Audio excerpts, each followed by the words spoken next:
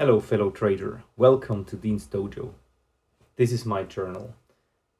It's about the 9th of August, it's Monday, it's a new week, and it was a slow day. I didn't have all day to trade. In the middle I left to have some dinner with a friend and a good chat.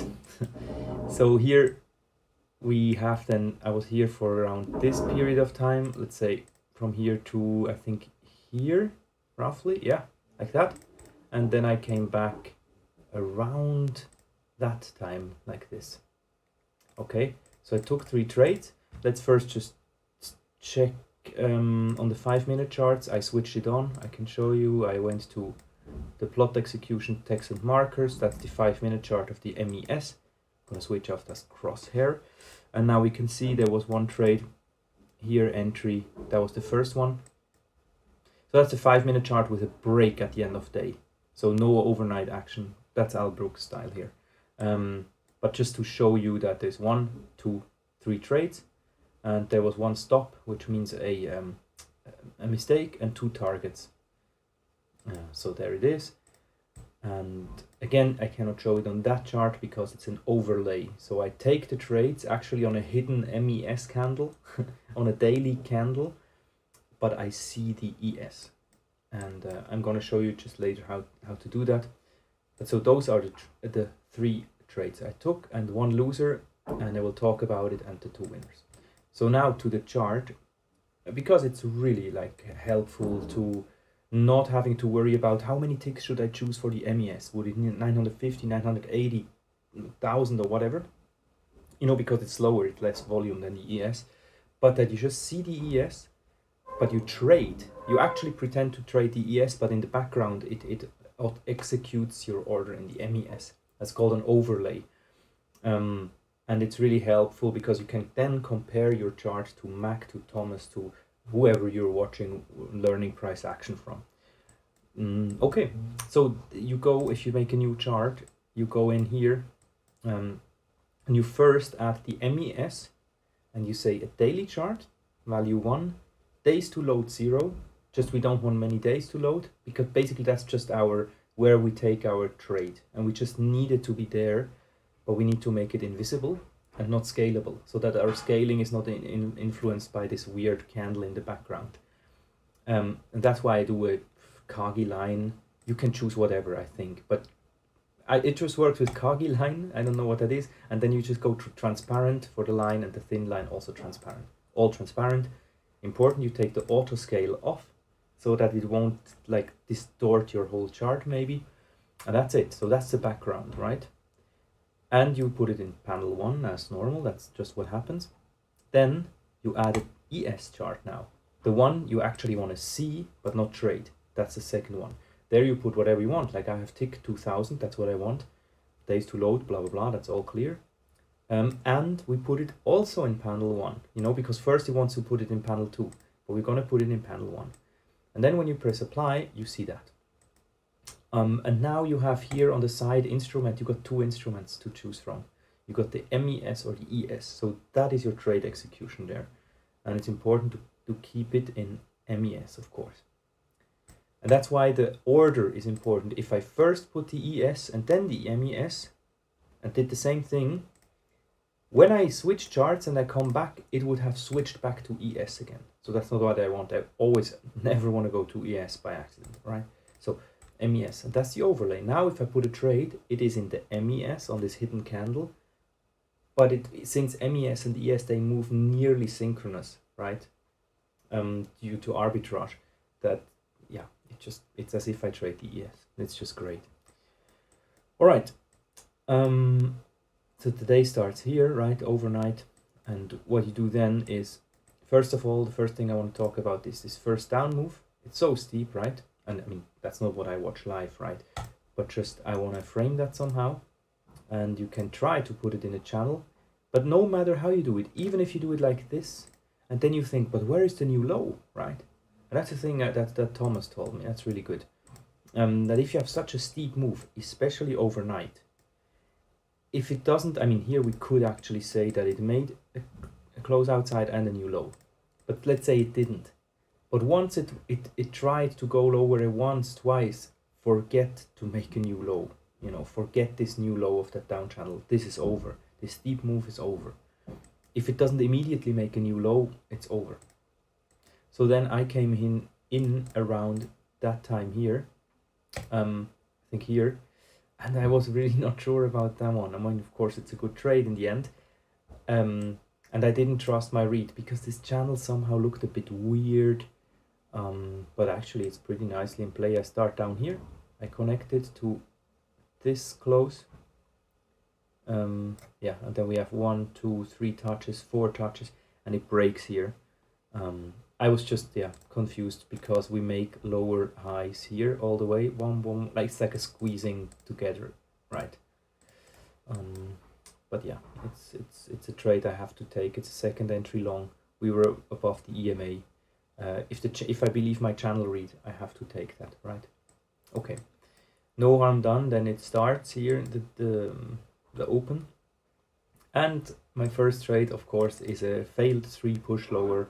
And this is really just a perfect setup here because we have a steep move down, and I frame this with my channel. It breaks for me it already breaks here. I think Thomas maybe has it like that, and Mac maybe too, I'm not sure. Like they have it a bit broader, and then it never really makes a new low. You see it breaks here and it never makes a new low.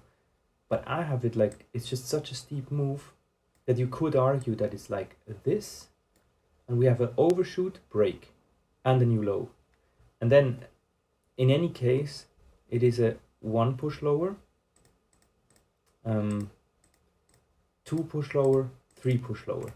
And it's the failed second entry short. It's the same, 3 pushes lower is, in a way, always a failed second entry short. Plus, we never touch the EMA in between.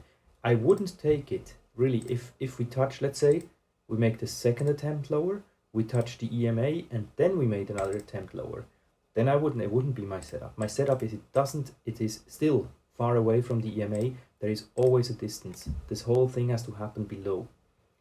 Yeah, and then I enter, and it was a pretty painless and quick trade. There was a little, came back one more time, so it was 4 pushes lower. But yeah, that's pretty nice. Pretty happy to see that it worked yet again. Like every time I see it, it works. All right. Then I forgot to draw that one, maybe delete it again, but so here we come down. Now let's talk. Yeah, here is nothing to talk about because I didn't take a trade. But it was so slow, and what I have is not like a big range because I do not see that range here. I don't. Because yes, we turn down here, we come back here. So the low, okay, is pretty consistent, but the high, only because it touches a second time, I cannot say. When I'm live and I'm here, I cannot say yet that it's a range. The only thing I see is that it bounced again from the bottom. So that could just be it, like this. So for me, the bigger range is not existent. For me, there is for sure this region of consolidation. That's the only thing I see. Consolidation, breakout, fail, breakout, fail. Back in. See, it's always the same. And then we move away from it. Here I wasn't trading anymore. But that's also why I wouldn't be able to take this failed second entry short here, even though Max says it and whatever, but it is for me inside this consolidation, and at my point I cannot take that. Because I do not see why it should really move higher a lot.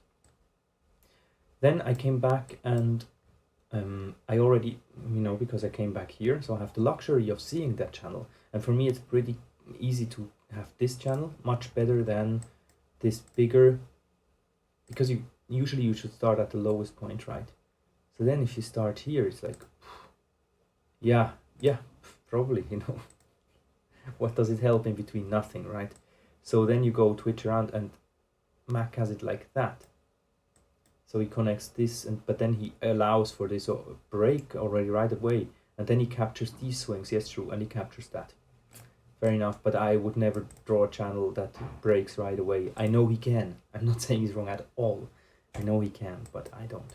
So I just take what is obvious for me, like when I see this and this, then it's fine. And then it led me to make a mistake here, and I think I mean, if I believe this channel, again, I have to take it. What we can say is that this move down was so strong that we need a second leg down, a big one. And we have, of course, this consolidation that we shouldn't trade into, right? We need some distance, but still, I don't mind that one so much. It's a second entry long from my key entry point. So if I trust this key entry point, it's good. Cannot overthink it. But then we have a true failed breakout out of this, and failed breakout of this, and the channel broke for the first time. So I expect another move up, and this was very good. Plus, again, scalping is important, because one could say, yeah, I read this and I know there will be a new high, and let's just run it to the top or to a new high, to the moon, whatever.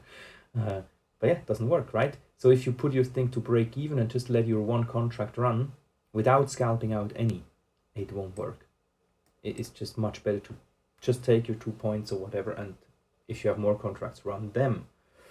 Because we never made a new high of that channel, so it was too late. Anyway, so I have 2 winners, 1 loser, so gets better. And what else? 5-minute chart helped me a lot. I'm gonna take away the markers for now again, because they just disturb. Here on that one, I mean, it led me also to that one. It confirmed it a little bit because it was exactly here, and we had here a downtrend, a down leg. It broke and made a new low, so that would be already enough for me to say, okay, let's try. But since we got such a big overshoot, we can expect 2 equal legs down, I think. So it was a bit risky. But now we have 1, 2 legs down. It's a second entry long, clear second entry long on that chart. 1, 2. And again, I wouldn't take the trade only here. My rules are on that chart. But if I look here, I see failed breakout, and I see here a second entry long, I'm even more sure that this is where, and it was just above this bar.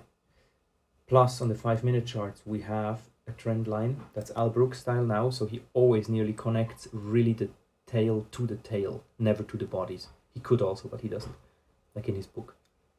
So we see this trend line is good, and also if you put it on the top, it's it's okay, it's good, right? So then, and he's much more liberal with trend line. He says anything that has a couple touches is a trend. So this is a big trend, and it broke here.